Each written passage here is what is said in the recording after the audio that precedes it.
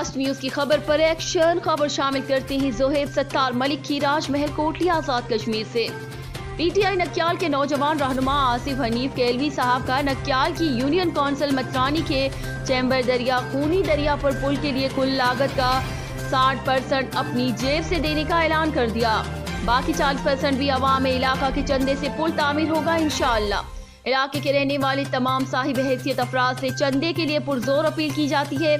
सवाब का काम और सदका जारिया समझकर अपना हिस्सा डालें ताकि आने वाली नस्लों को किसी हादसे से बचाया जा सके। मैं भी अपना हिस्सा डालूंगा इंशाअल्लाह। आसिफ हनीफ केलवी के इस ऐलान के बाद अवाम इलाका में खुशी की लहर दौड़ गई, क्योंकि एक देलेना अवामी मसला हल होने जा रहा है जिसकी बहुत ज्यादा जरूरत थी। Report Zoheb Sattar Malik, fast news, Rajmahal Kotli आजाद कश्मीर।